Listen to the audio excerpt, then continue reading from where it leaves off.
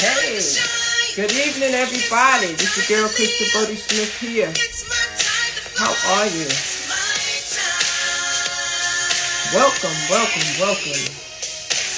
Coming in, and we are getting ready to have our guest on here tonight.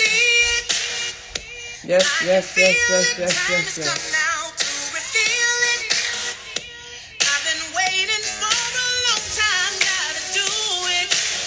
Hi, how you doing, Miss Brown? How are you? Good to see you. I'm waiting for my guest to come in the room. Welcome to Story Time. There she goes. We're going to get this party started.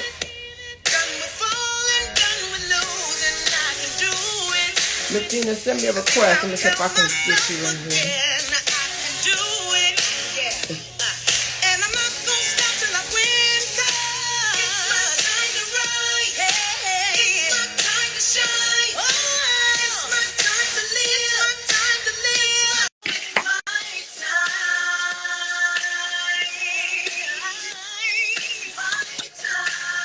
All right.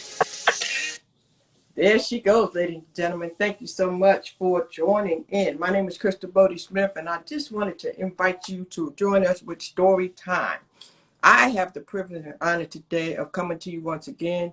You know, the purpose of this Story Time is to allow ordinary people who have extraordinary stories to share their stories so that it may help someone else who may have walked in their shoes. All right. So at this time, I would love for you to take a moment and share this video and have a good seat. Go get you something to drink, because I believe this may help you or someone you know. I have a young lady. Her name is Gina Fletcher. Many of you have seen this beautiful soul on Instagram. You've heard her melodic voice. And my, she has definitely touched many people out here. She's doing some amazing things. But today, she's going to take a back seat, and she's going to share a little bit of something. So we want to dig back, and we want to allow Miss Gina to introduce herself for those who may not have met her before. So I have the honor of introducing to some and presenting to others, Miss Gina Fletcher. How you doing this evening? Hi, baby. How are you? You're so I'm nice. doing just amazing. I want to thank you so much for taking time out your busy schedule, doing the things you do. I know today and every day I see you out here talking to some people and just bringing up some much needed topics. And you get so much engagement, and people definitely do get help from it, because I read the comments and I see what's going on. But tell the people who Gina Fletcher is. Who was that little girl, Gina Fletcher, where you're from, your native city, and a little bit about your background. Okay.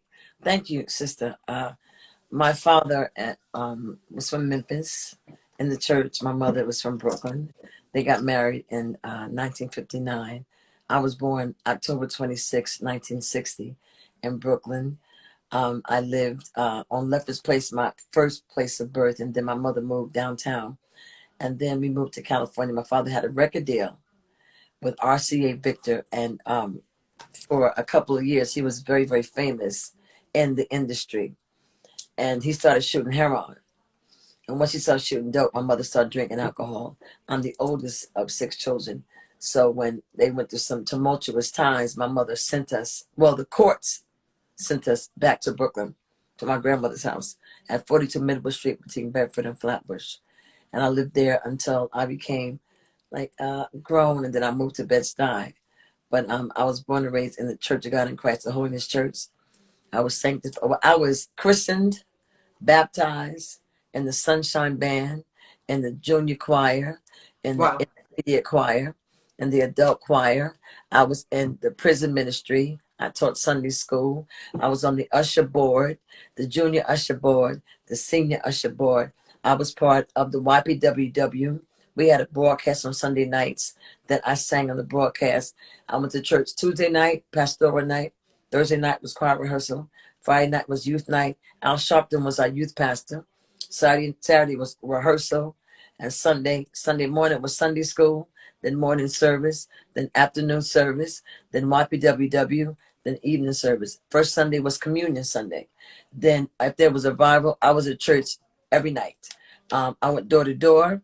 I was part of the prison ministry. I started a program called Linda's Your Child for Sunday School. I was very active. I wound up marrying a preacher who is now a bishop, and I smoked crack anyway. Wow. So let me ask you a question. So you grew up in the church. So did you, I asked this question the other day to a young lady too, because a lot of times we get saved, we Holy Ghost filled, you know, and then sometimes people use the term backslide. So you said you smoked crack anyway. So was that where you were in a backslidden state, or was that where you was kind of juggling? How would you describe that? Now, I'm not sure your religious persuasion, but I'm a recovered Christian. I no longer believe in Christianity at all. Gotcha. I believe it was religion given to us by slave masters who tried to inculcate their slave mentality, the Willie Lynch syndrome, and us to deny us of our real lineage, which is a God of love and understanding and peace, not a God that's about sins. So basically, that you're going to hell with gasoline draws if you drink, if you smoke. I didn't even wear pants. And if you fucking, you definitely going to hell. Now you said no vulgar. Now you know how I talk. How do you want me to talk now? Tell me. Oh no, I want you to be yourself. I want you to be yourself. I understand that, and I want my audience to know that, you know, there are people who have different beliefs. There are people who talk differently. So right now, this is a grown folk conversation, and this young lady is telling us her story, and I'm going to give her the liberty to do that the way she wants to express herself, because we want to find out exactly what happened that led her. And I know I listened to the YouTube, and I heard you say you did crack for 2 years every day. So I want to know what led to that. What was it that religion did that made you get there? Let me tell you why. And I ask you that to respect your platform. However, when people get hung up on expletive language or colorful language or cursing, which is vocabulary, I think calling somebody stupid is calling somebody like a motherfucker. You know, there are certain words that have a certain efficacy that will lead a person to believe that they're hurt. But I use colorful language, and I'm educated. I'm articulate. You're very articulate. However, I don't want you to get twisted by the language, because my ugliness of my life was graphic. So my language is graphic. What I went through in the Church of God in Christ, what I went through with preachers and mothers and elders and missionaries and prophets and full of shit motherfuckers in the church. What I went through is graphic. So my language sometimes is graphic. I still am clear that I have some resentment towards the Black church. I'm clear about that. So I segue.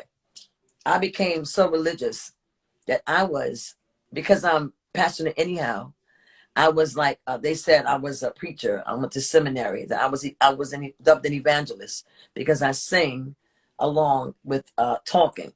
So anything I'm in, I'm a Scorpio. I go all in all the way. So I didn't wear pants. I didn't wear long dangling earrings because that was a Jezebel spirit. I wear mostly black and white, mostly all the time. I didn't listen to secular music. However, can you imagine having the gift to sing, knowing I wanted to sing? 18, 16, 17 years old. And I was listening to Stevie Wonder, and they said I was going to go to hell if I sang worldly music. Listen, if you pop your fingers, you was going to hell in my church. And so now all it is popping it. You know what I'm saying? Wearing pants was seen as being as unto a man. And if you was having sex, you was definitely going to hell. And there was so much sex going on. Everything. And this was the Holiness Church, correct? Church of God in Christ, Pentecostal. Okay. So, and that's interesting, because so what's happening is there are so many people who deal with this every day. They are trying to live this in this facade because of what the church tells them they can and cannot do. And in the inside, they're empty and they're miserable. Well, and the sad thing, not just the church. I'm gonna call it a spade a spade. People don't. Christianity to me is a religion that is not mine. Right. Listen, on Bedford and Bergen, all black community. The church, right, that used to be a movie theater, 1,500 people. Mm-hmm. Walked in all black church. You know what was the biggest symbol in the church? What do you think? What do you think was there? The biggest symbol? You tell me. No, what do you think? I'm setting it up. All black members, 1,000 people, all black people, every Sunday. What do you think we looked at every Sunday to remind us of what we were worshiping? What picture you think was Jesus. You had a picture of a man up there on the wall. of this white dude who Right, looked like Russell Brand? right, right. You feel? So let me ask you a question. So when did all of this just get you to a point that you were like fed up and said, you know what, I'm done with this. I don't want to hear no more of this stuff. I don't want to see no more of this stuff. I'm gonna do what I want to do. I'm gonna sing what I want to sing, and I'm gonna go out here and feel good and do what I want to do to make myself Well, feel better. that didn't happen until I started smoking crack and became a hoe. See, uh, the revolution doesn't happen until it's up here. That's why they said the revolution will be televised, because it's in the mind. I did not realize how broken I was and how much I was detached to myself until I married a preacher who's a bishop right now. And right now, he's a bishop, unmarried, on the board of bishops. I married a brother who, because I was looking to try to find a husband. The biggest thing in the church you're taught as a young woman: Find a husband. That's right. he that findeth the wife findeth the good thing. So Find a good thing. we want to A work on good good thing. thing, yet being hoes, waiting for God to send us. And I always wound up having sex with men who were gay in the church, because there was a lot of gay Wow. brothers in the church. There was Wow. gay men in the church that, because I'm considered what they call a fag hag, meaning, old school term, black women in the church who are close, hang out with gay men who happen to have a dick, and you wind up fucking them. That's what happens. I know so many sisters, Uh-huh. so many women in the church who wind up marrying men who are gay in the church down low, because we want a husband and we want to stop having sex, so we won't have to feel guilty going to the altar asking God to forgive us. We don't want to fornicate, so we get a husband. So my life was about getting a husband. When I got a husband that God allowed me to have, my life was devastated because I worshiped this man. I allowed him to hit me. Now let's talk about that for a minute, because there Yes. might be somebody who's watching this that is in a situation where they may be getting hit on. So now that you've come out of that, what would you say to that person before we get back to the story? If they are in a situation, they are lost and they feel like they need to be with this person that is abusing them, what would you say to that person now that you know what you know now? I used to believe that I stayed with the person because I loved them.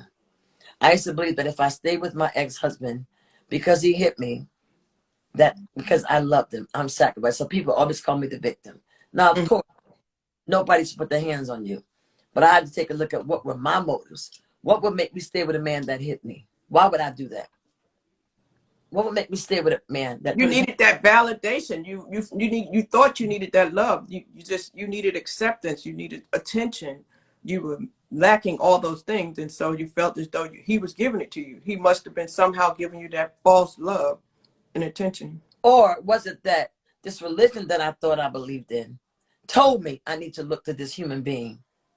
This religion that bamboozled me, that let me run amok, led astray, that tricked me to believe that this human being who was just as broken as I was, who probably didn't even like pussy in the first place, because I attracted gay men. Let me keep that a rack. You feel me? And that's a good point, because we attract what we feel. The energy comes off of us, so you attracted them. Okay. And So I didn't want to grow old alone. I wanted a husband to have this journey in life, but everything was geared towards having somebody to love you till you die. That's what it was all about. So I said, okay, I'm gonna get this brother. He loves me, and then check out my interests. He's an amazing musician. Could play his ass off. Played for so many people. So I could sing. He could play. We were going to evangelize the world together. Little did I know, because I don't want to tell his story, but right. I would show someone who didn't cherish me. That's because I didn't cherish me. I allowed him to do whatever, because I was willing to wait until God changed him. I wanted the Lord to change. I want the Holy Ghost, because we were always told the husband is sanctified by the wife's sanctification. You just be the good role model, be the good wife, and eventually he will come along. What kind of bullshit was that? That's just like Wow. the slave master saying, just be a good slave. Eventually you'll get free. So I believe that. And I fed into, that's my dog. My dog has kennel cough.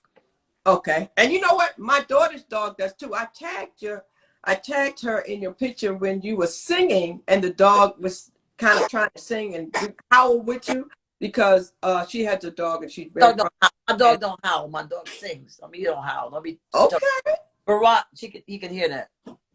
she Come here. sings. Well, my daughter has a dog that sings too. Oh, you So got. let me ask you this, Gina. So Do me a favor. Excuse me. I'm sorry, baby. Would you take Barack for me for 1 second? Because he wants to walk out. I think he wants to walk down. Yeah, he wants. He wants to end of the bed. I think he wants to walk around. Thank you, baby. now let me ask you something. Do you ever put ice in her water? My daughter keeps ice in her dog's water. She keeps ice in it. Have you tried that? Yeah. Ice No, cube? he's taking antibiotics now for it. He's got cough drops, antibiotics, Benadryl. He's got to go through it, and so I got to learn to let him go through it and trust the process because I can't. Hearing that kills me. It just literally kills me. Yes, yes. How old is the dog? He's 11. Yeah, and you had him 11 years? I have him since he was 11 weeks old. You know how I got? Let me tell you, I got the dog. Let me tell you, I got the dog. Yes. That's too much of a story. You got how much time you got? No, you can tell me how you got the dog. How'd you get the dog? Was the dog like an emotional support animal for you? I made him that so he can fly free on the airlines. Yes, I made him that. You goddamn right. I wasn't paying that kind of money. Let's keep it a rat. That's it. I was in the doctor's office. I had both my hips replaced, right? Both my hips. Yes. I was getting ready for the first hip replacement, and I was going to pain management, taking oxys, Percocet, all that stuff. It was horrible. I hated it, but I was in such pain that I had to take it. So, and the doctor's office is packed. People with pain management, boy, they come in like it's the newest drugstore. The newest drug dealer is the pain management doctors. They the pushers now. So everybody goes there for that appointment, see the doctor, 15 minutes, get the script, you out. So I'll be sitting there waiting. We want to try to redeem the time, so we talk in the waiting room.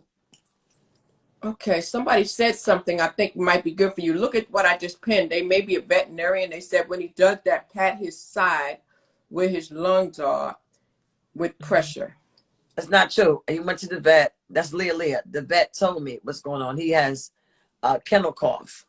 And for the first 3 or 4 days, I'm going to hear that. And then eventually, after it's been 4 days since he had medication, around the 6th or 7th day, they said, okay. And it's gotten better because now I hear it loosening up. It was hard before.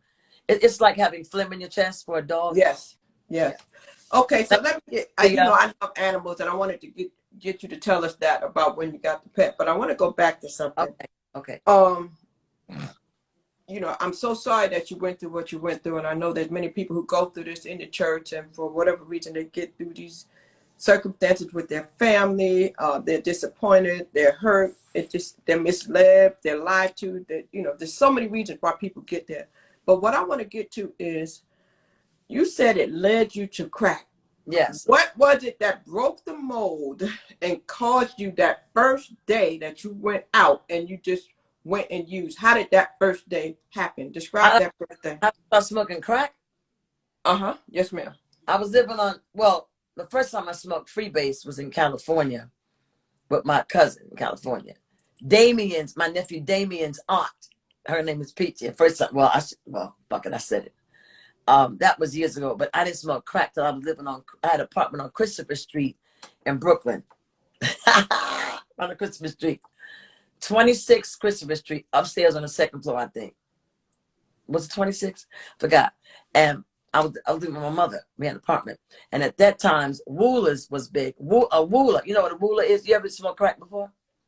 I have smoked weed. I was a pothead. I have lined the Have you ever smoked crack before? I have lined the joint with it, and it wasn't for me. The answer is yes. The answer is yes. I tried it. And what you just talked about was a Wooler. That's right. That's crack together. That's right. A Primo is cocaine and cigarettes, right? A cocktail is weed and powder cocaine. So there were categories, right? So my brother, Ira, who died recently, came up with a joint and said, hit this. And it had crack in it. And unfortunately, you and I both know that crack feels good. It's momentary, but it does feel good. Because cocaine's supposed to feel good. So and I'm going to tell you something, Gina. When my friends and everybody, because when I was coming up in Queens, New York, after I moved from home, when we were in Queens, and the weed was everywhere, and everybody was doing their thing, and some people doing the cocaine, and some people were smoking the crack. And I tried it that first time, and I laced the joint with it. I knew then. I tried it that one time, and I said, "Oh heck no!" It's like something said, "Nope, not me. I'm not doing it," and I didn't do it no more because I was like, "I don't want to feel this no more." I was afraid of that feeling because I was like, "No, no, no, no, no, no, no." So I stuck to my weed. Well, you can't I, talk. yeah, but thank goodness. But now let me. But I was a pothead up until I got pregnant. So I love my weed for sure. But I You want to know. now? Not now. No, ma'am. Why No, not? I outgrew it, I think. You out. After having children, I'll get my little what you call occasional holiday drink here and there, but I just don't have a taste for it. I don't have a desire for it. When I used to smoke when I was in college and I was in high school, I would smoke me a joint and I would clean. I would cut that music on, house music. I love house music. And I would clean the house, boy. I would get my dance on. But all that, I'm out of that phase. It's just not there no more.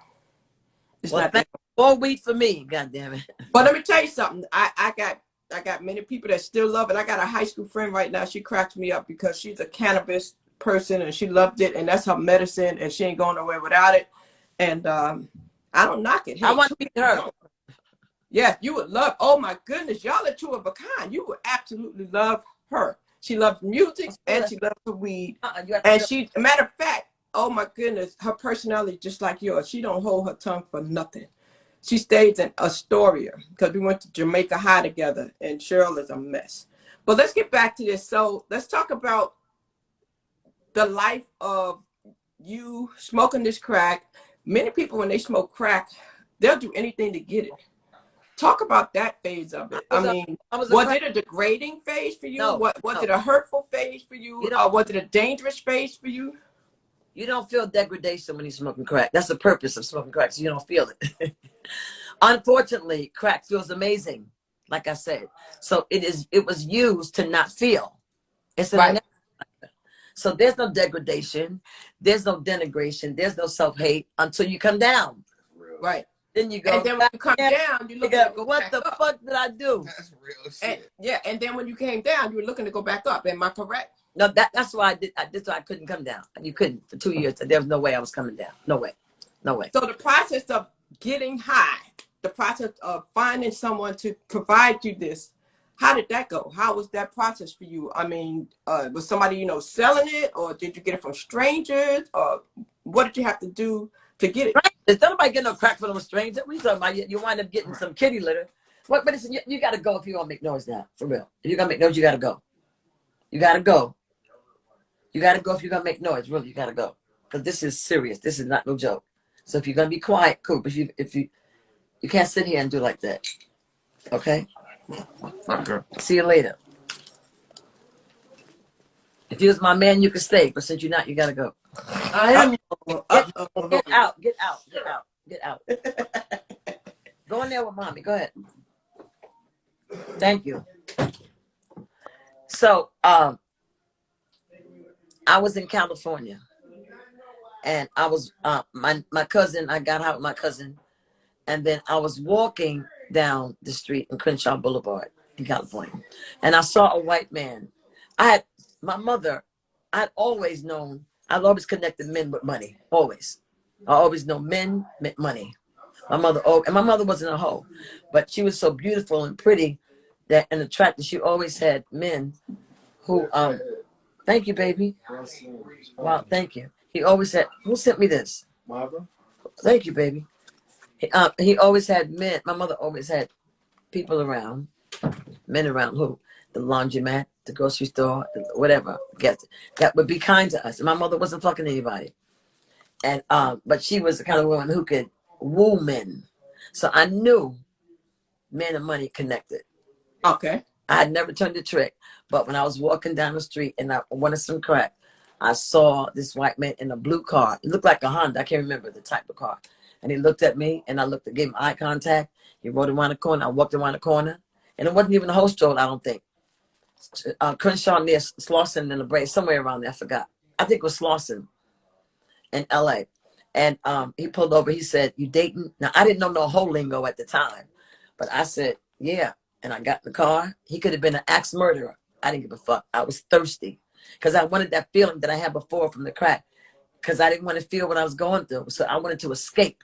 like people do with alcohol or food, or you know what I'm saying. So I got in the car and he said, I want a blowjob, and I said, okay. He gave me $100 bill. I was finished. Not that I'm a pro. I mean, I am now, but Come on now. I mean, that was my. And I'm not trying to floss, but I was known for that. I was known for You that. said you could teach a class, Gina. No, You I'm could going teach. to. You could No, teach some no, women how to make it happen, right? I'm going to teach women how to perform fellatio and have an orgasm yourself. You feel me? But when I was smoking crack, when I was selling pussy, you don't have sex for love. You have sex for money. So I didn't feel nothing. I didn't feel nothing at all. I probably had to use lubrication on my vagina because I don't even remember having sex with these men because it was somebody every day. It was about 5 to 10 men every day for 2 years, every day. So I think we might have lost somebody when you said fellatio. That's a grown folk term, just like cunnilingus. So this right here is grown folk talk. So y'all might need to Well, make sure that you don't have children around for this, okay? Make sure you don't have no small children around for this because this is definitely grown folk talk. So it happened quickly, and right then, did a light bulb go off? Like, oh, that was quick money. Yo, check. I'm saying the ego. The reason why I said I can do this forever was because he came so quick. Because the white man came like in like 5 minutes. So my greedy ass at the time for crack, I said, oh, I can do this shit. But little did I wonder, 2 years down the road, I would be with some black man who don't come that quick. He wants half and half for $10, and then he wants to put it in at the same time. I mean, I've been through the rapes, all that stuff. I've been through all that goes with prostitution. The rapes, the taking the money back, the getting bad crack, all kind of stuff. Now, Gina, I got somebody who's trying to come in here. They might be one of your followers. Do you know somebody named Davion Glenn? Who? Davion Kingdom Boy trying to join the live. Somebody trying to join the live. It's up to you. It's your call. It's up to you. Right, but I don't know I don't know who he is, so I wanted to find out who he was because I don't know what he could possibly have to say. Davion, put something in the comment and tell us what it is that you would like for us to bring you to. Do you have a point that you want to make? Do you know Miss Gina? Do you know me? Because we're not quite ready for that yet. Unless you are going to be a part of the story, we got to hold off on that. Renew my lots. He might be trying to find out if she don't do that no more now. I know you heard her say it was quick. That light came on. Wait, let me get it, girl, right here. I am better at it than I ever was, but I only want one person right now. There you go. I'm not with nobody, but even though I'm a sexual expressive freak, I only would do it with one person. That's right. And I'm getting ready to meet that person. I don't know who he is, but he's coming. I know he's coming. And so, okay, somebody put that in there. They said, ha, ha, ha. All right. So listen, so then what happened? After that one time, you made a decision? Because I know everything we do has to come from a decision. What was the decision after that day or that night? What happened then? I said, this is the easiest way to get crack ever. Just suck somebody's dick or fuck somebody or now see, I wasn't into conning at the time. I was into just straight negotiation. Blowjob, half and half, anal sex, whatever you want, I'm down, right? Suck on my titties, whatever you want, right?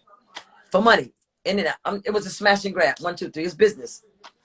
I didn't know the ugly part of prostitution. I didn't know how ugly. What's that ugly part? That part where you get beat up. That part where you get like where you get your life because they don't care. Let me tell you, it's not them. I didn't care. That part is rape. That part is you do something. You say, listen here, I'm gonna suck your dick for $50, and they give you the money, and you suck. They take the money back. I'll kick you. I've been hung out of a window on Beekman and Flatbush. Oh my God! Listen, I've been raped 5 times, and all by West Indians, mind you, because it was in Flatbush, so you know. But that's the ugly part. Let me ask you something. You said it was a white man. Was the experience the same with the white and the black men in regards to how they treated you? Hell no. Listen, first of all, white men make the best tricks because black men, I'm gonna say it, black men don't like to see sisters selling pussy. They really don't. And I'm telling you my experience. My experience. I never had a pimp. I wasn't giving no motherfucking my money for sucking somebody's dick. You are crazy. And so I was considered a renegade. I was a renegade. Are you kidding me? I'm gonna suck your dick and give you, get the fuck out of here. And so I got beat up one time by a bunch of girls, by a bunch of hoes, because I wouldn't listen to their fucking daddy. And I was pregnant too. I was pregnant at the time. But anyway, young black men definitely don't like to buy pussy. Not at all. However, late at night, they'll see you and ask you to suck their dick late at night when nobody can see you, right? My stroll was Prospect Park, around Prospect Park. It's in Brooklyn. On 241st and White Plains Road in the Bronx, and Mount Vernon, money earning Mount Vernon, Westchester area, Yonkers. That was my stroll also. And white men were easy, quick. They get you a hotel room. They're in there for a few minutes. They out. You have the hotel for the whole night. But most black men, yo, they was cold. They weren't abusive to me, but I felt ashamed around black men, especially when I was pregnant. Now, were they stingy? Not stingy. They just don't believe in paying for pussy. That's not stingy. They don't. When I was prostituting, I thought they were stingy. Motherfucker, how'd you? But then I realized that, quite as contrary as it may look, they really put more value on the body. See, people don't understand that. A lot of brothers really look down on a woman doing that because they respect, you know. So I can't. Let me ask you this. Let's fast forward. So, Gina, so in going through all of this, when you look back at it now, do you look back and say, dang, I was bold? And what was the scariest experience you had through that time? I was bold. No, I was a fool. I hated myself. It's self-hatred. Right. But what was the scariest experience you had during that time when you were out there like that? Oh, being raped by this guy on Church. You're not from Brooklyn. Church Avenue. 50. Yeah, I told you I stayed on Ocean Avenue, right? That's right. You know. That was my Prospect Park. That was my stroll up where McDonald's is, Ocean Avenue and Parkside, all down there. But this I don't know if he was Jamaican. I think it was Jamaican, but he had one eye, and he caught me. And I was walking down Flatbush Avenue, right near Clarkson, and right between Church Avenue and Parkside Avenue. Some blocks in there, Clarkson, all that, Linden, Lefferts, all those streets in there. And I was walking, and he said, "Yo, come." It was like 4:00 in the morning. He was in the cab. I got in the cab. He had one eye, and we went to apartment building on Church Avenue, 54th Street, right near Notion Avenue. Okay. You go upstairs, and a lot of times you can smoke crack on the top floor of buildings. Like if you go on the top floor of a building, there's usually a top level where you can do anything. You can sleep, you can smoke crack up there, and the door will be open. So we was gonna have sex up there. He gave me $80, I think. I was supposed to just have straight sex with him, right? $80, in and out. I got up there, he had no condom, and I never used condoms. I was just reckless. Thank God I never got the virus, never got nothing like that. By God's grace. Yes. That was God. It wasn't me, it was God. I would get married men with baby seats in the back seat, didn't want to use condoms. You know what I'm saying? Really. And married men was the biggest population, biggest demographic. Wow. And so I got up there on the rooftop, and I took my clothes. I took all my clothes off, which was weird. You don't do all that. He said, I want some anal. And I said, well, are you going to take your clothes off? He said, no. He pulled out, listen, he had on a trench coat. And for some reason, I was high. I did not even realize why he got a trench coat on. And it's like, it was like May, something like that, May or June. And he pulled his hand out, and he had a big knife about this big. Like a machete? I guess, yeah, machete, something like that. He said, bend over. I said, okay. So I thought I had bent over, like, he wanted me to lay on my back and put my legs up so you can enter me that way, anally on my back. And I just blocked it out. He took my clothes and threw them over the roof. I had no clothes. Wow. Now that was demeaning more than the rape, I guess, because I had to go downstairs to the lady on the 6th floor and ask her and knock on the door. She gave me a robe, a stranger. That was humiliating. I still had my sneakers on too. Always wore sneakers and socks. Always had sneakers and socks on. And what did the lady do? When you knocked on her door, did she know you? No. Did she open the door? Yes, gave me a roll. One time I was on Beekman. Oh, I forgot about this. And my brother saw this dude years later. He was going to kill him, my brother. One time, I don't want this. It's a lot. It's a heavy story. It's heavy. It's heavy. It's heavy. It's ugly. It's heavy. So let me ask you this, and I know there's some heavy moments, and I know some people probably like, wow, she could talk about this like it's nothing. And that's, I want you to do two things. I want you to help somebody who might be going through this to let them know how they can get out of this. And maybe somebody else who might not recognize the signs. Like now, there's some young kids out there, right, Gina? And they out here getting high. And sometimes they get with these brothers and they jumping in these cars. And maybe they don't have that instinct. And maybe they don't know the signs to look for when they need to go. If there's something you can say to them, to say, look, if you out there doing something you have no business doing, if you see X, Y, Z, then run. Here's the thing. When you're in a whole life, you down for it all. You can't, you got a deal. I had to carry a gun at some point. You have to. If you're in that life, son, and I wasn't no gangster. I wasn't no thug. I was a nice woman who was selling pussy because I hated myself. Because I needed crack to get by. And so I was in the streets. I never went home. My grandmother had a house on 42 Midwood Street in Brooklyn, between Bedford and Flatbush. I lived in Prospect Park for almost 8 months. Didn't have to. My mother she would tell you, she used to put blankets. So you hated yourself.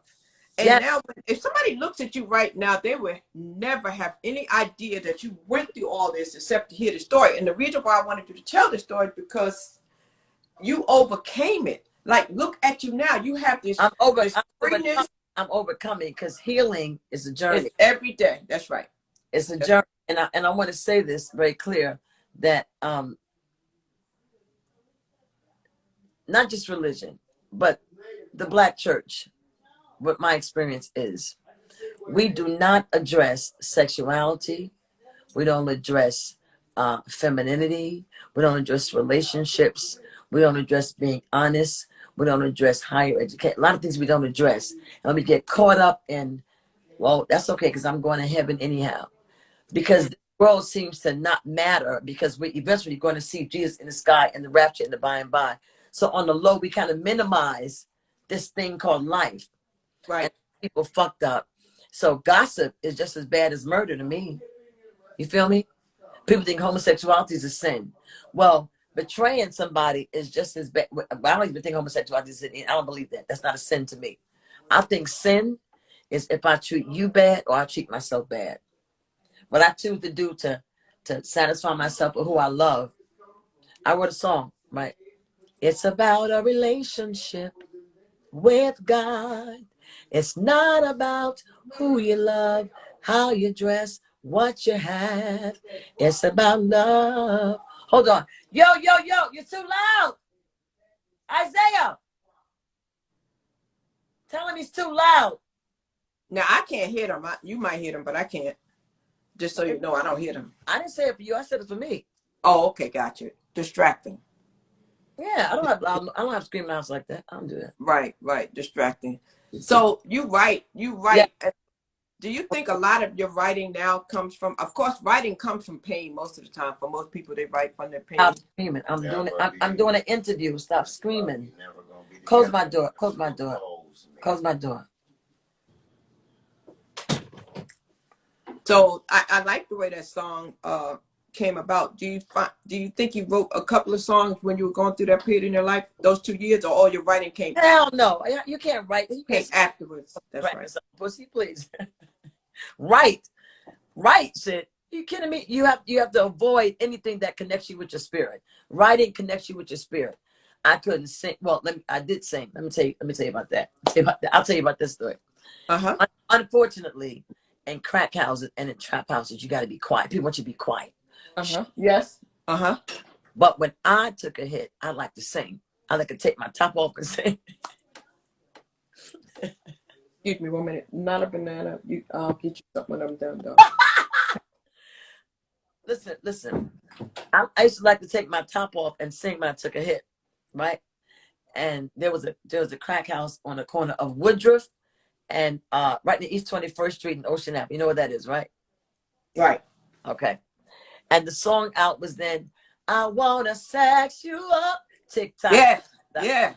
Yes. Oh, I wanna sex. Every time I took a hit during that whole year, I would take a hit and see if you're the one with the crack, you can do what you want. If you ain't got a crack, you gotta sit and wait till people give you kibbles and bits and beg motherfuckers. I was the kind, I was gonna go out and get my own crack and come back and floss. Because a lot of times men in that game, a lot of times men would try to dole you out crack and let you sit there with your pipe waiting for them. I say, I'll be back. I come back and get all these motherfuckers high on the strength of my back, my stupid ass. But I would take a hit and say, I want a sex. They say, Gina, be quiet. But they couldn't put me out because I had money. What? Wow. Wow. So when did the change happen? When did the change happen? Fast forward to the 2 years. What was the moment that made you say, this is it, I gotta stop, I can't do this no more? What was it that made Gina say, I'm done? God, GAWD. Go. I had gotten pregnant by I don't know who. And I wound up carrying my son. My mother said, don't abort this one. Don't do that. My brother who died said, Gina, you got to have this one. And so reluctantly, without even my mental submission, my spirit acquiesced. And I wound up carrying the baby. And which I'm going to do a DNA test for also. Because I don't know who the father is. That's how much I was wild in the streets. My pussy was for the streets, for real. And so July 1992, I'd gone to Phoenix House for a year. I was going to be a staff in training. Uh-huh. I went to 5 rehabs, right? And once I was getting ready to be transitioned to independent housing, I wound up having sex with 3 of my peers in the house. Listen, now, that's called fraternization. You had a high sex appetite, boy. You weren't playing. You was like, yeah. No, listen to me. Let me tell you the deal about that. I do have a high sex appetite, but when a person first gets clean, what wakes up is the waist down first. Your mind wakes up later. Your heart wakes up way later, but your pussy and penis wake up. Once you stop getting high, all of a sudden everything you eating and drinking and walking, so your hormones. So I was in Phoenix House for a year, up in upstate, right, in Long Island. I went to Long Island, then I went upstate, and since I had no drugs, I'm living in Phoenix House with men and women, and I had a job function. I was in the house every day. I mean, it was the bomb. It was like a college. So, sex became the thing that I use. And then food became the thing that I use. Uh-huh. First it was food. I mean, sex, then food. Then it was scratch-offs. Then it was men again, So what happened was when I was in treatment, I was so focused on another person, another human being, that when I was in treatment, I was fucking mad niggas. They're supposed to be my peers, and I'm fucking my peers. It was like incest. So I was put on what they call learning experiences. I had to sit in a relating booth and relate to people for 30 days. I had to sweep the sun off the roof. You had to do experiences to try to get into yourself. I was fucked up. I was horrible. And I was supposed to be so spiritual, but I was full of shit, right? So now I'm considered an adult peer in the housing, right? And treatment. Phoenix House. They tell me to go out and take a young peer to the hospital. It's called an escort. Well, I saw this fine nigga I said, listen, you go your way. I'll meet you at the train when you come back. And I wound up meeting this dude and smoking crack. That's what happened. I never worked on anything. July 1992, I was laying on the grass of Our Lady Mercy Hospital in Westchester. It's on like 238th and White Plains Road. It's a hospital. And I was laying on the grass and I said, God, there was nobody around me. No church, no preacher, no fucking body. Me and GAWD. I said, yo, I'm tired. Because I was physically tired. Because when you're selling pussy and smoking crack, you got to walk. My feet were tired. Literally, son. My jaws were tired from smoking crack, from sucking dick, from everything. I had sores in my mouth. I'm serious. Wow. My mouth, my fingers are black. I was tired, son. So I laid there. I said, yo, God. I said, I'm just tired. And I got up, called my mother. I went to an NA meeting the next day. I didn't smoke crack. You know what I'm saying? And that was 30 years ago. Wow. Those meetings are pretty powerful. Did you stay involved with the NA for a while? 28 years. I started meetings. I have, and I say this boastfully because I am the bomb. I'm just going to say that. I have some idiosyncrasies that tend to be glaring at times, but that's just 10% of me. I am a great human being, and I learned that more in the Toasted Fellowship than any place else. I was at 28 years. Started meetings, helped newcomers.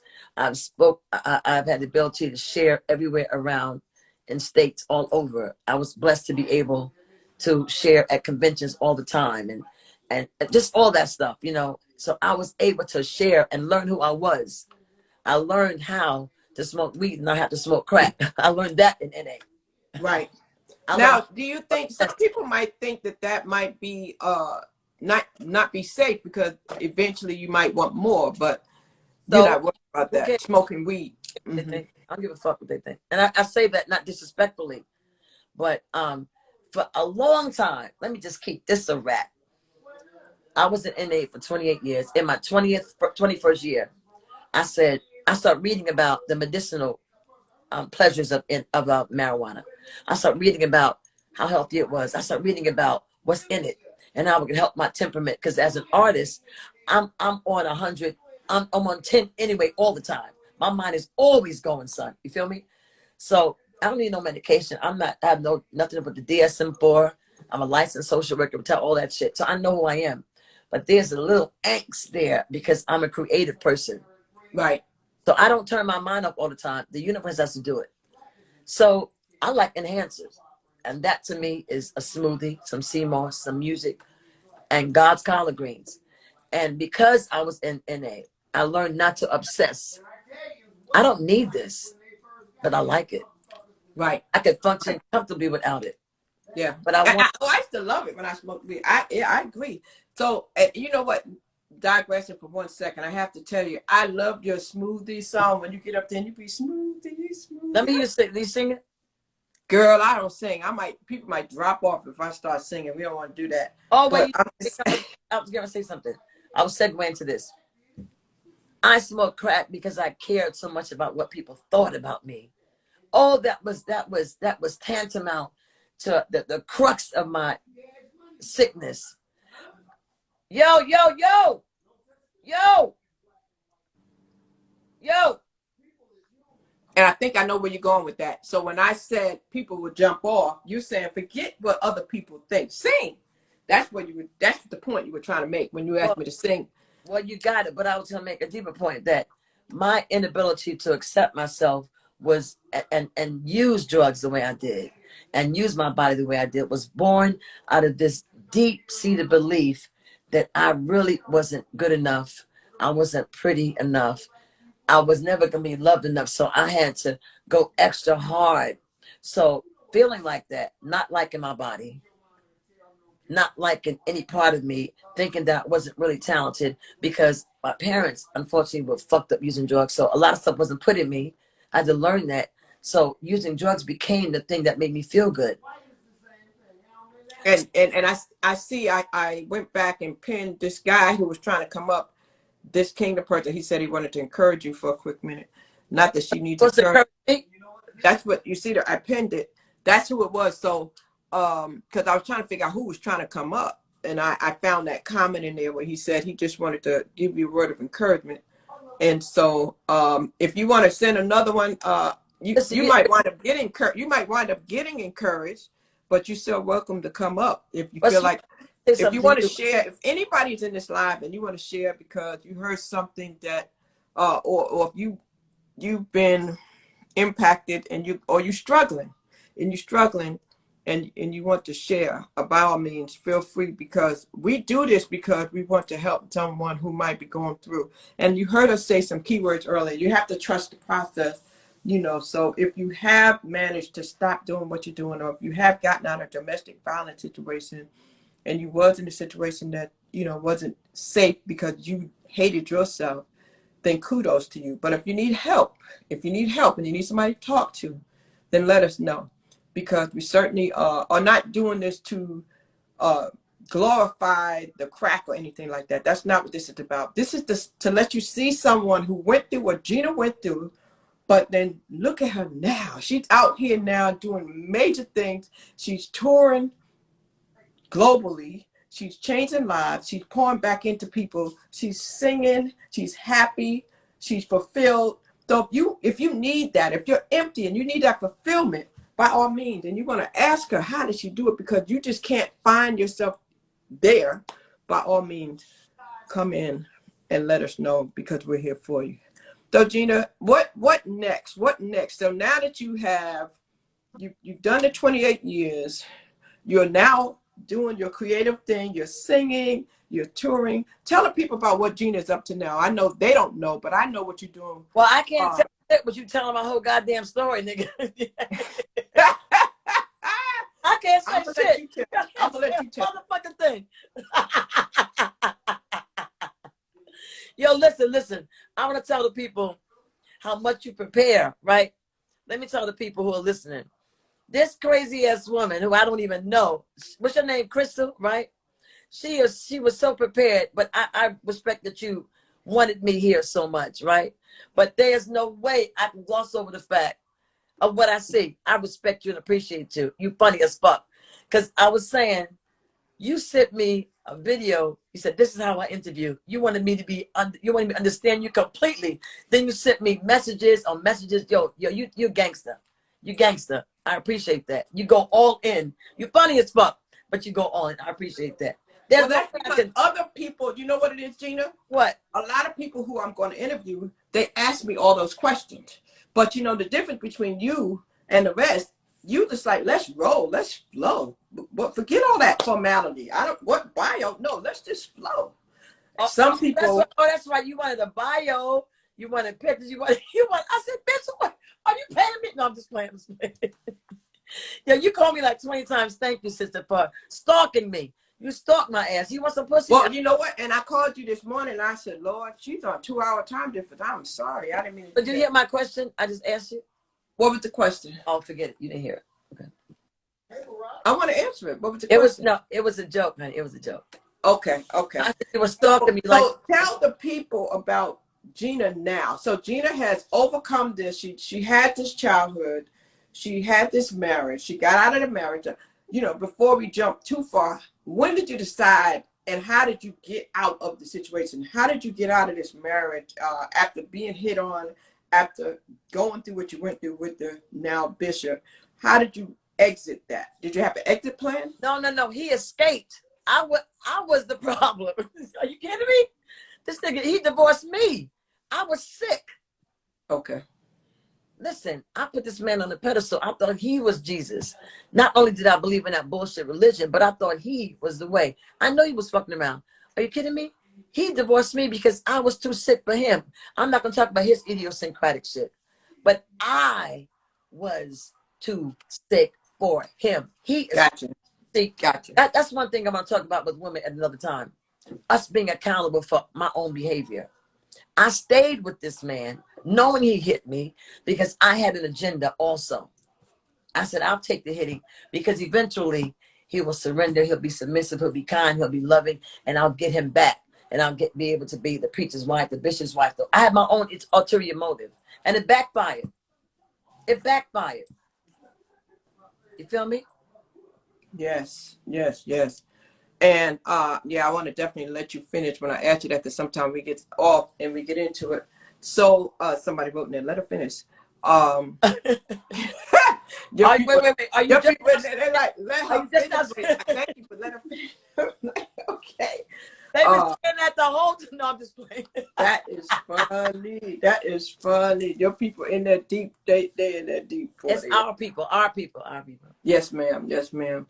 So I want to know now, are you helping some young people in your local area with this, that's struggling with some of these things that you've been through? Are you still, I know you probably active, they probably got you on call for the NA, they probably got you on speed dial. I don't go to NA no more. I smoke weed. Now, what I do understand, I have to obey the rules of the house. I would not be in Narcotics Anonymous if I was smoking weed. That's a program where the only desire for members is a desire to stay clean. So I don't believe in abstinence. I don't believe I have a disease. I'm careful. I don't call myself an addict anymore. I am healed. I just like to smoke weed. And I have some personal behaviors that are fucked up sometimes, but I am a child of God. Anyway, so, and I'm going to say this to you. My story is no different than your story or somebody else's. Our stories are glory. I just happen at this time in my life have been asked by universe to share it. And I just happen to share it a certain way or a certain texture, a certain color, or Ginaism, whatever. But Crystal has a story, Tiana has a story, Faye has a story, Kingdom has a story. And if we write it, or if we sing it, or if we share it, my goal is that, let me tell you my goal, my purpose on the planet, purpose, why I'm here, why I was created, why I suck all them dirty dicks. Let me tell you why. This journey of life is short, maybe 100 years for some people, maybe 70. After this, it's it. This physical is a wrap. I believe we transition in the spirit. This is just my house. In the spirit, we go someplace else or help or go into another form, whatever. But if I can help somebody to get to the next transition through my voice, singing, through sell, because I sell hope. I'm a hope dealer, or through what I cook. You feel me? Yo, that's too loud. Yo, what the fuck is going on now? If I can do that, then I have been fulfilled. Because being unhappy, let me tell you something. If I had money, the people that I would take in my needs, but people need money to live, unfortunately. I know so many artists who sing, who write, who dance, and they're on these fucked up 9-to-5 jobs because they can't do their craft, because they need money to pay bills. If I can take 100 artists and pay their bills for a year until God's gonna let me do that. I'm gonna be able to do that. Watch. Yes, yes, yes, yes, yes, yes, yes, yes, yes. If I can pay 100 artists up to pay their rent, car note for a year for 100 people so they can pursue their career, yo, I'm gonna do that. I'm telling you, because it's hard out here for a pimp. It's hard out here, shit. So to be able to share something, you feel me? To be able to share something, that's all I'm about. Because I've started from the bottom. Now I'm right here, which is no top. It's no top. But I started from being on the bottom of somebody's shoe. You feel me? Right. Like gum. And I come from a sanctified household. Feel me? Yes. And now the confidence that it zooms from you is amazing, and it's magnetic. Because I'm scared not Now, to. I'm afraid not to turn up. I'm afraid not to turn up. I'm 61, son. I'm 61. I know. So take your glasses off for a minute. I want them to see. Take glasses off for 1 second. Take glasses off. I just want you to take it off for a second. Why? I took my up. You see? Did you? No, tell me why. Because I want people to see what it looked like. Because you're 61, I'm 62. People can see that shit all the time. Talking about. So I need people. Are you trying to get eye contact with me? What are you trying to do? Are you a straight woman? Yes, I am. I'm Okay. straight. I want to be clear. Woo, girl, you talking about I crack you up, girl. No, listen, a whole lot of down low women like me, baby. I'm telling you. I know, because I have sexual energy. So a lot of women, especially them church women, them church Christians, they some down low lesbians, and they like me. I tell them, I don't like pussy, but you know, they don't believe me. They try to turn me out. I say, bitch, please. If I like pussy, I would eat your pussy, but I don't. You know what I'm saying? Ooh, Jesus. Yeah, I know. No. That's definitely not my cup of tea. I just wanted people to understand, even though you might have had a rough life, you're looking at two women in their 60s. So keep the faith. You look beautiful too. Keep hope alive. You look beautiful as well. Keep hope alive, because whatever it is you're going through, you will get to the other side. You have to go through it to get to your destiny. And you have to drink water. Drink water all the time, and you have to have sex or masturbate. If you don't, when you get in your 60s, you're going to be a dried up, evil ass prune. I'm telling you. So many women more my age, in our age bracket, 55 and over, they could start a fire when they walk because their pussy's so dry. I'm telling you. That's funny. That's funny. Woo, Lord have mercy. That's funny. No, listen. I just love you. When you come to North Carolina, I have to meet you, Gina. I know you're coming on the 19th of March to Fayetteville. Is that yeah, I'm coming to Fayetteville. Yeah, that's about an hour from me. I'll drive there to see you. And actually, I want to be able to collaborate with you to see if there's something I can do with my nonprofit while you're here. Let me tell you what I'm doing. I'm going because I'm on the going without knowing tour. God told me to go different states twice a month, whatever, and just so there's a woman named CJ Starr. She's an amazing comedian, but more than that, she's a singer. She is an actress. She is a mushy crybaby, and she is hilariously funny without even trying. She wakes up in the morning. I call her all different times to see if she's really funny, and that bitch is funny. So she's having a first show sponsored by a vendor on March 19th in Fayetteville, North Carolina. So I'm going. She wants me to host. I got to send her a picture. No, she can get I'm it. coming. I'm coming. Okay, I'm but coming. listen, what she does is she gives away socks, gloves, care packages to the homeless. She has a big thing. If you look on a page, so Leah, are you here? Type CJ Starr's information. Thank you, baby. Leah is one of my little administrators. Leah, there's a couple people here who help me out. Is Rashika here? Rashika might do it. But yo, they all got my back. Yo, let me tell you something. People have been talking about how fucked up Instagram is and how social media is horrible and the niggas ain't got no life and all that stuff. Let me tell you something. When it is used for love, social media is the bomb. I didn't even know how to use an iPhone 2 years ago. Shit. I'm about to upgrade. You hear me? I'm getting ready to know how Yeah, to do good buddy in here, Rodney Perry. I see Rodney in here. Rodney Perry's a good friend. Oh, listen. He is the father of the year, my nigga. I'm telling you. Listen, he put a video up. I think it was yesterday, and he talks about the things that the father says. Y'all got to see this video. Is he on here? Yeah, I just added him. Okay, he might not come. I know Rodney. He's a friend of mine because I work closely with a comedian also, and he's a friend of hers. He's such a celebrity. He's too busy, probably. You know. But he's a father. He's a great father, and his daughters. Oh, they the bomb. They the bomb. They the bomb. So anyway, Yeah. I want to appreciate you for this time you took with me.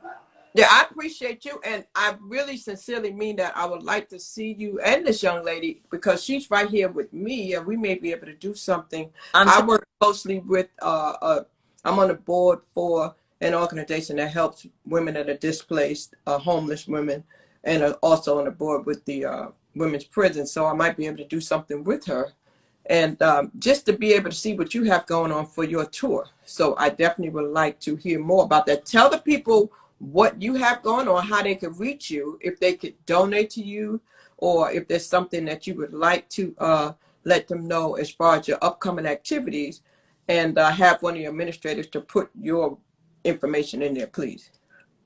I thank you, sweetie. Just first of all, just really pray for me. Ask God to allow me to move Gina out the way to let God's will be done. I want that sincerely, because prayer gives a person an idea to do more. Only God can make a person do something. So if people pray, the energy will be sent to that person's mind, and that person will say, Gina, welcome to Madison Square Garden. Because God told them to do that. You know what I'm saying? Through a person. Or say, Gina, we want you to come to Spain to sing for a month. Only God can tell somebody. I want people to pray for me. Because I got more time behind me than I do ahead of me at 61, So now, not only am I running, right? But I'm like, Understand. I'm running with you, girl. And I'm going to say something to people who are over 50 and on the internet.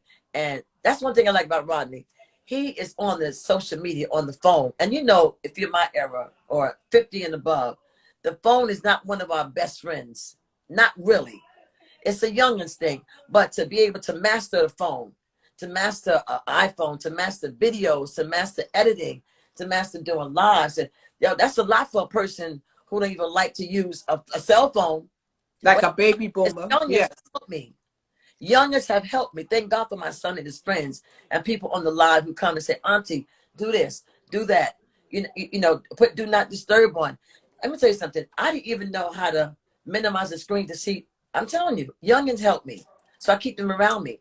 Yes. That's right. We got to have them. So, Auntie, let me ask you about that. How did that come about? Everybody calls you Auntie.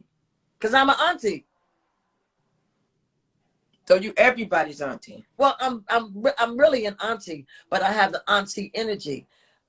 I'm like, not your mother, but I'm gonna talk to you like your mother probably would. But you can talk to me, and it probably won't go enough between me and you unless it's life threatening. And you can probably smoke with me. I'm gonna be honest with y'all, but I'm also gonna tell you my story. I'm not gonna tell you what to do unless you're a young woman, because I don't tell young men what to do. I just share with them. Young women, I kind of treat them a little differently. I'm more maternal with young women, you know. Wow. Yeah. So Let I'm me ask you to share one more thing too for those that have not been on your live. So if you have never done it, like she said, many people don't know how to use the device. If you click at the top, you'll see her name. You can follow Gina because she does some amazing things. Now, she does some different things on different days, and one of them is called Gang Thursday.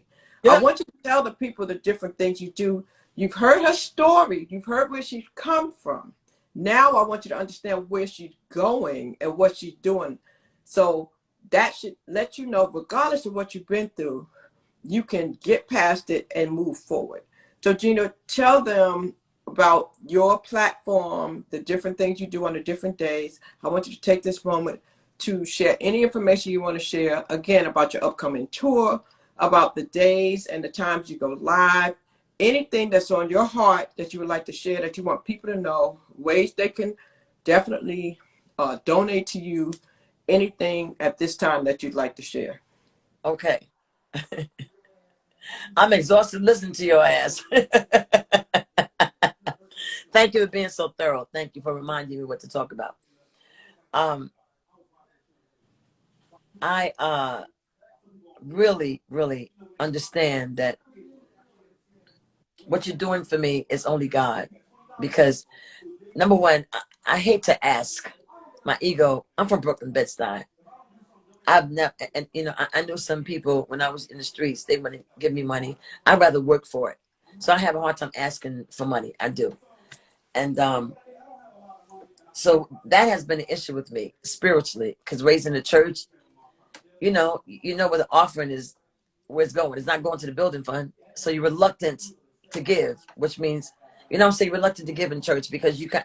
That's a whole nother story. Anyway, I was going to talk about my Cash App, and I'm uncomfortable putting it up there because I really just want you to get to know who I am and not use it as a commercial. You feel me? However, I'm on a Going Without Knowing tour, and it is where I go to different cities, and I'm sending myself. I'm asking anybody for anything to connect with people that I've met on social media and connect with some vendors in the states that I'm going to. And I'm like a human pop-up. I'm just popping up. On Gang Thursday, it is where I have a Crip, a legitimate Crip, an OG Crip, and an OG Blood, where they sit and they are the co-hosts, and we cam up only gang members to talk about how the narrative has changed and what it gangbanging is and what it used to be and what it's not, and where gangbanging comes from and the influences, and the liabilities and the assets of being in the gang. And then I come on usually daily because I'm connecting with some people. I do something called R&B trivia and lyric interpretation, where I have a perception, because I'm really into lyrics and vocabulary words. So I kind of listen to music and I hear what I think the writer might be saying, and I just talk about it. Is that your timer? No, go ahead. I'm sorry. It'll stop. Go ahead. Keep talking. So I'm wishing on a star to follow where you are. I'm wishing on a dream to follow what it means. And I wished of all the rainbows that I see. And I wished of all the people we ever meet. I feel this time we should make up, baby. I feel it's time for us to get back together. Make the best of things, oh baby, when we're together. Yes. Whether or never. Yeah, that's my Wish jam. on a star. Oh, that's my song. Me too. As you can hear, Too. Gina has an amazing voice. I love your voice. I love your energy. I love your spirit. Since I met you, I connected right with you when I heard you. And I just really appreciate you. I really do. A lot of people don't understand, like, just like you said, what you're doing. I want you to pray for me too. I used to have a talk show. I used to have a blog talk radio. And when I came over here to Instagram and I saw people doing what they do, I said, well, let me start doing what I do. And I am a hope catalyst as well. So I guess that's something that connected us. My mission is to stir up the gift, instill hope, and save lives. And so in doing that, I came up with the concept of story time, to let people come and tell their story. And whether it is to heal, or whether it is because they need to get exposure, or whether it is because they want to network, whatever their story is, I'm giving them that platform. Do you have a gaggle of people lined up? I'm booked all the way through to the end of March. Okay, because I got some. Oh yeah, I would love it. Please share them because wait, listen.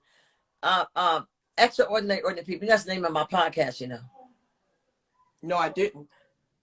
Extraordinary. That's my podcast name. Extraordinary Ordinary Motherfuckers. See, and guess what? That's on my business card for my travel business. I help ordinary people to have extraordinary experiences. Yeah, my podcast is gonna be called Extraordinary Ordinary People. Yeah. Wow. Well, you know, I just thank you. I really do, because we have to continue to do what we do, because some people have never gone live. Some people have never come up on the camera until people like us invite them up.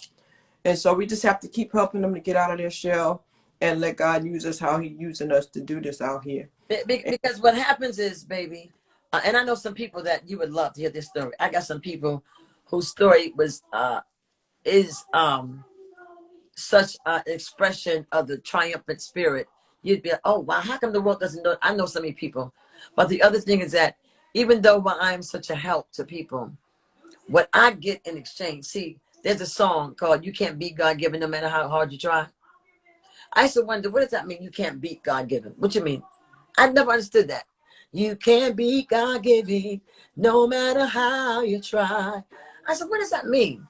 As I got older, I understood that no matter what I give to you or somebody else, if you don't give it back to me, the universe gives it back double.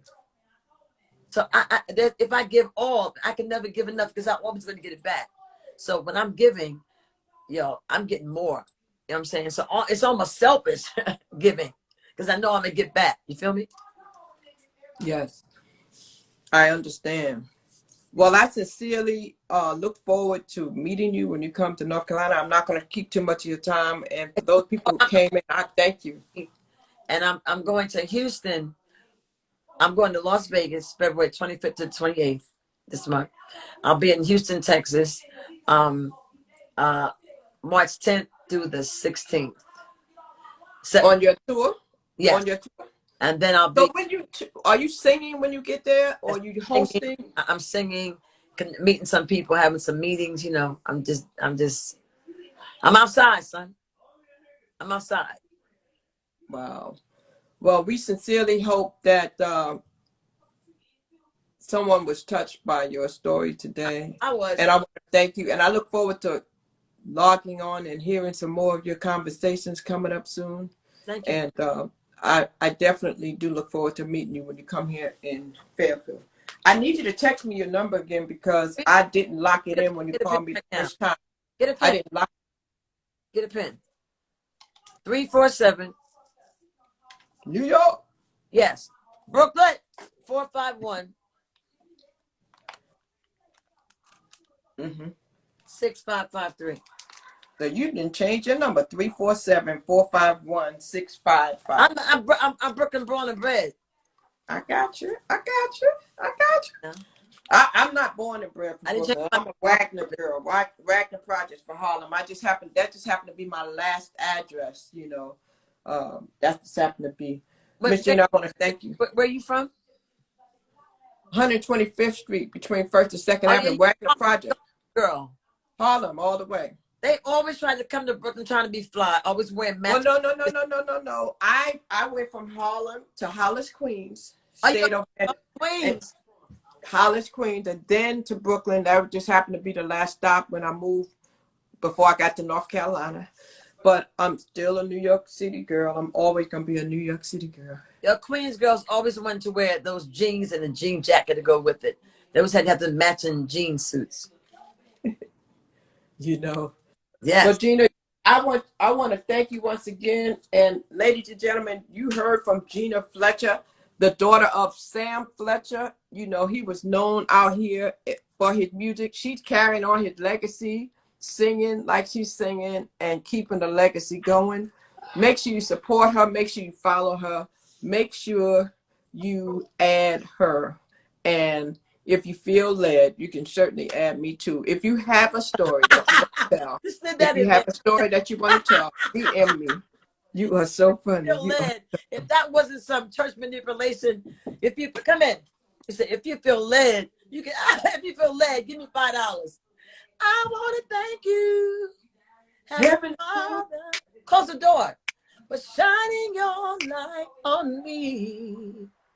I know it couldn't have happened without your love. Ooh, without your love.